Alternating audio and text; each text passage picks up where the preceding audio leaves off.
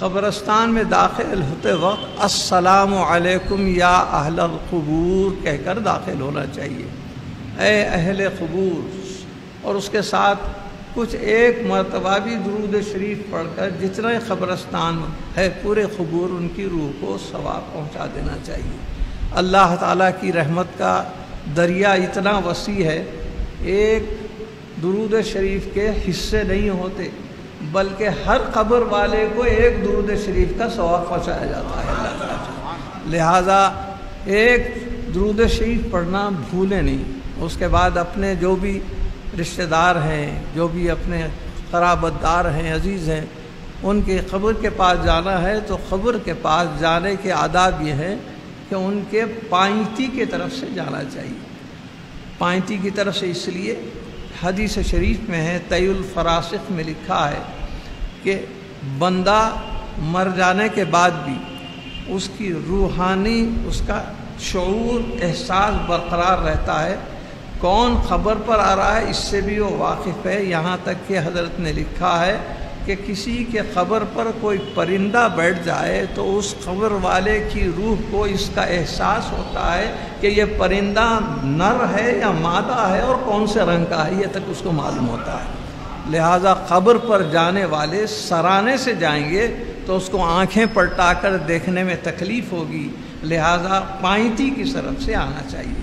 اور آ کے کھڑے رہنا تو ایسا لوگوں کو معلوم نہیں، جیسے نماز میں قبلے کے طرف منہ کر کے کھڑے رہتے ویسے کھڑے ہو جاتے، ویسا نہیں ہے، بلکہ اس مزار والے کے سینے کے سامنے اس کی طرف ہی منہ کر کے قبلے کو پیٹ کر کے کھڑے رہنے کا حکم ہے۔ یہ آداب زیارت ہے، کیونکہ ہر ایک کو دفن کرتے وقت اس کا چہرہ منڈی قبلے کے طرف کر دی جاتی ہے، تو آپ کیسے کھڑے رہیں گے؟ جب اس کے سامنے کھڑے رہیں گے تو آپ کا چہرہ اس کا چہرہ دونوں ایک دوسرے کے مقابل ہو جائیں گے، اس لیے سینے کے پاس کھڑے رہ کر دو بدو قبلے کے طرف پیٹ کر کے کھڑے رہنا چاہیے۔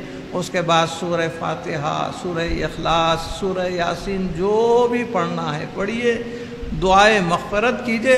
اگر وہ ماں باپ کی خبر ہے تو ماں باپ کی زیارت کرنے والے اولاد کی بھی بخشش ہو جاتی ہے، مغفرت اس کی بھی ہو جاتی ہے اور ماں باپ کی بھی ہو جاتی ہے۔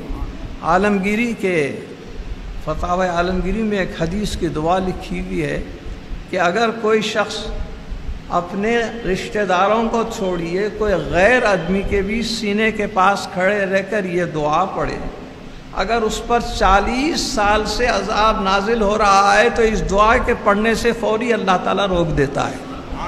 اس دعا کا بھی ہم نے اس کے اندر تذکرہ کر دیا ہے، اس کے اندر بھی موجود ہے، السلام علیکم یا اہل القبور یغفر اللہ لنا ولکم انتم لنا سلف وانا انشاءاللہ بحکم لاحقون ونسأل اللہ لنا ولکم العافیہ بسم اللہ وعلی ملت رسول اللہ۔ 2 یا 2.5 سطر کی دعا ہے، آپ زبانی یاد کر سکتے ہیں، نہیں تو آپ کتاب لے لیں تو کتاب دیکھ کے بھی پڑھ سکتے ہیں۔ 40 سال سے اگر اس قبر والے پہ عذاب مسلسل نازل ہو رہا تھا تو اس دعا کے پڑھنے سے اللہ تعالیٰ اس دعا کی ایسی تاثیر ہے کہ فرشتوں کو حکم دیتا ہے کہ بندے پہ فوری عذاب کو بند کر دیا جائے۔ اس طریقے سے اپنے ماں باپ، عزیزوں، رشتہ داروں کی قبر، اب اس کے اوپر لوگ پھول چڑھاتے ہیں۔ پھول چڑھانے کی کیا وجہ ہے؟ بعض کہتے ہیں کہاں ہیں حضرت؟ مکے میں پھولا ہیں کیا؟ مدینے میں پھولا ہیں کیا؟ بغداد میں پھولا ہیں؟ بھائی پھول کیا چیز ہے اس کو دیکھنا چاہیے۔ دراصل بخاری شریف کی ایک حدیث ہے کہ سرکار دو عالم صلی اللہ علیہ وسلم ایک صحابی کو دفن کرنے کے بعد جب مٹی پوری ہو گئی تو آپ نے فرمایا کہ کوئی ایک تازہ جھاڑ کی ڈالی لے کر آؤ، تو فوری صحابہ بھاگے، ایک ڈالی لے کے آئے، آپ نے اس کو اس کے اوپر لگا دیا، اس کی مٹی کے اندر کھڑا کر دیے اس کو، اور فرمانے لگے یہ تازی ڈالی چونکہ تازہ ہے اللہ تعالیٰ کی تسبیح کر رہی ہے، یہ جب تک تسبیح کرتے رہے گی تو اس وقت تک خبر والے کے اوپر اللہ تعالیٰ عذاب کو موقوف کر دے گا اور اس کو ثواب ہی ثواب عطا فرمائے گا، رحمت ہی رحمت داخل کرے گا۔